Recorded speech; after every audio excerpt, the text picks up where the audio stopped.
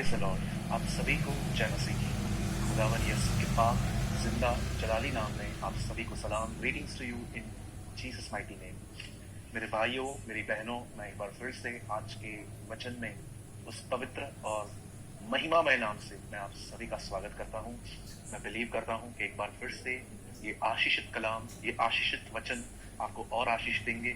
हमेशा याद रखें, बाइबल को लिखने के पीछे एक पर्पस है। मैं जानता हूं आजकल हम बहुत सारे ऐसे पर्पस सुन रहे हैं जो हमें लगता है कि जिनका क्रम जो है, जो उनका जो हार्मनी है, जो लाइन से उसको लिखना चाहिए या बोलना चाहिए, वो बिगड़ चुका है। आज बहुत सारे लोग कहते हैं कि मसीह में आओ, बहुत कुछ मिलेगा। मैं बिल्कुल पाने और मांगने के खिलाफ नहीं हूं, लेकिन मुझे लगता है कि हम इन सारी बातों में उस पर्पस को छुपा रहे हैं जिस पर्पस से वचन लिखा गया है।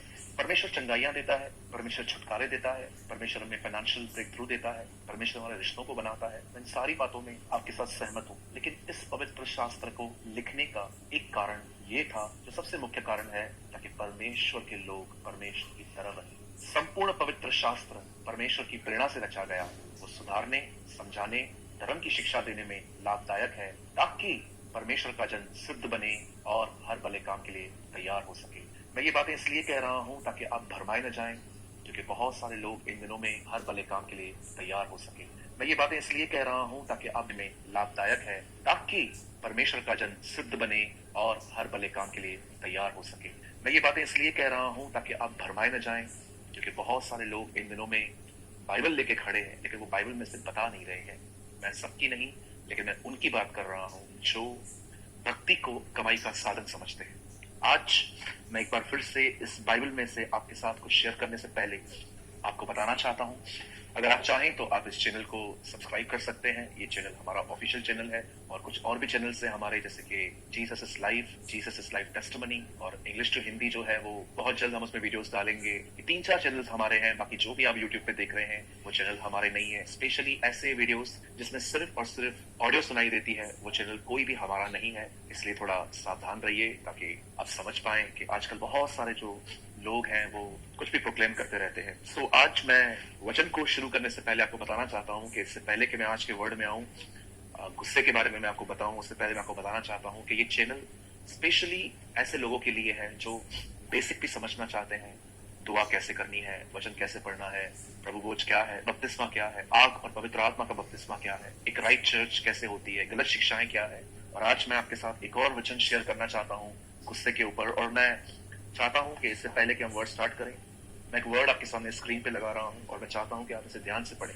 मत्ती 5 अध्याय और 21 में लिखा है, तुम सुन चुके हो कि पूर्व काल के लोगों से कहा गया था कि हत्या न करना, और जो कोई हत्या करेगा वह कचहरी में दंड के योग्य होगा। परंतु मैं तुमसे कहता हूं कि जो कोई अपने भाई पर क्रोध करेगा वो कचहरी में दंड के योग्य होगा। मैं चाहता हूं आप सब बड़े ध्यान से सुनें। बहुत सारे लोग ऐसे हैं जो गुस्से को पाप नहीं समझते। उन्हें लगता है गुस्सा अच्छी बात है, गुस्सा राइचस है, गुस्सा चलता है। बाइबल में लिखा गया है, क्रोध तो करो परंतु पाप मत करो।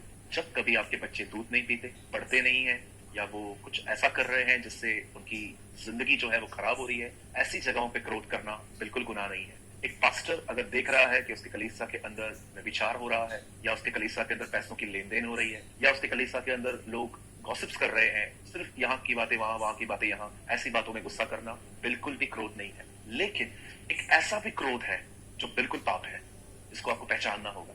और जहां तक मैं जानता हूं हर एक के अंदर है ये, हर एक के अंदर। किसके अंदर थोड़ा है, किसके अंदर बहुत है, और किसी किसी को परमेश्वर ऐसी जगह में भी ले आया है जिसको अब गुस्सा नहीं आता है। ऐसे लोगों की जिंदगियों के लिए परमेश्वर को महिमा मिल पाए, क्योंकि ये सच्चे गवाह हैं। आप जानते हैं, आज से बहुत साल पहले कलाम पाक में लिखा है, प्रभु के वचन में लिखा है कि एक व्यक्ति को कोढ़ लगा। उसका नाम नमान था। कोढ़ एक स्किन डिजीज है, एक चमड़ी की बीमारी है, जो लगने के बाद जब उसे एक छोटी सी बच्ची ने, एक छोटी सी बेटी ने नमान को कहा कि तू क्यों कोढ़ी है, इजराइल जा, वहां पर नबी से प्रार्थना करवा और वो तू ठीक हो जाएगा। प्रभु के वचन में लिखा है कि नमान जो एक सेनापति था वो इजराइल गया, लेकिन कुछ हुआ जो उसके मन में था जब वो घर से निकल रहा था। ये बातें लिखी नहीं है, लेकिन अगर आप बाइबल को ध्यान से पढ़ें तो शायद आपको ये बातें दिख जाएंगी कि जैसे वो इजराइल पहुंचा और उसे एलीशा का व्यक्ति गहजी मिला, और उसने गहजी से बताया, और जब गहजी एलीशा के पास गया तो एलीशा ने कहा कि उसे बोल कि वो यरदन नदी पे जाए और 7 डुबकियां लगाए और वो बिल्कुल ठीक हो जाएगा। पर परमेश्वर के वचन में लिखा गया है कि उसे बहुत गुस्सा आया, ये बात सुन के कि ये व्यक्ति मुझसे मिलना नहीं चाहता, लेकिन अंदर से कुछ कमांड कर रहा है, कोई बात कह रहा है, और उसे बहुत गुस्सा आया। और जब वो अपने गुस्से में यरदन पर नहीं अपने देश वापस लौट रहा था, तब परमेश्वर के वचन में लिखा है कि एक व्यक्ति ने उसे कहा कि तुझे एलीशा ने कौन सी गलत और बुरी बात कही। नॉर्मल उसने कहा 4 डुबकी लगा, तुझे क्रोध क्यों आया? तब उसे ऐसा लगा कि शायद मैं गलत हूं, और वो यरदन नदी पे गया, उसे डुबकियां लगाई और वो बिल्कुल चंगा हो गया। अब मैं एक सवाल आपसे पूछना चाहता हूँ, why he was so angry? वो क्रोधित क्यों हुआ? उसका एक मुख्य कारण था, उसने अपने आप में कुछ उम्मीदें रखी। आप जानते हो गुस्से के आने का मेन रीजन क्या होता है? आप लोगों से बहुत उम्मीद करते हो। मैं इमेजिन कर सकता हूं कि जब नामान अपने घर से निकला होगा, तब वो ये सोच रहा होगा कि जैसे वो एलीशा के सामने आएगा, एलीशा उसको सर झुकाएगा, उसे सलाम करेगा, फिर वो उसे खाना खिलाएगा, फिर वो उसके लिए कुछ बातें कहेगा प्रेस करने के लिए। तू इतना बड़ा व्यक्ति है, तू मेरे पास आया है, तू मुझे बुला लेता। लेकिन उस व्यक्ति ने उससे मिलना भी नहीं चाहा। ये बात उसे क्रोध में भर दी गई। मेरे भाइयों, मेरी बहनों, क्या आपने इस बात को देखा है? जितने रिश्ते आपके खराब हुए, उसके पीछे मुख्य कारण क्या था? जितनी आप उम्मीदें करते हो, उतने लोग पूर्ण नहीं कर पाते, जिसकी वजह से आपके अंदर नेगेटिविटी, नफरत, क्रोध और उनके प्रति बुरे बुरे विचार आते हैं। जानते हो आप उम्मीद किससे करते हैं? उम्मीद आप उनसे करते हैं जिनके आप करीब चले जाते हो। लेकिन आपको इस बात को समझना होगा, हर व्यक्ति आपके लिए सदैव अवेलेबल नहीं रह सकता। मदद कोई एक बार कर सकता है, 2 बार कर सकता है, लेकिन वो बार बार नहीं कर सकता। कोई आदमी आज अवेलेबल है, कई बार जो लोग हमें अटेंशन नहीं देते, ध्यान नहीं देते, हम उनके लिए नेगेटिव हो जाते हैं, और हम उनके लिए ये नहीं सोचते हैं कि शायद उनके भी कुछ हालात हैं। सालों पहले मैं एक दोस्त को जानता हूं मेरे, हम रोज मिलते थे, खाना खाते थे, पानी पीते थे, घूमते थे, चलते फिरते थे साथ में, कभी कभी हम एक दूसरे के घरों में भी जाते थे।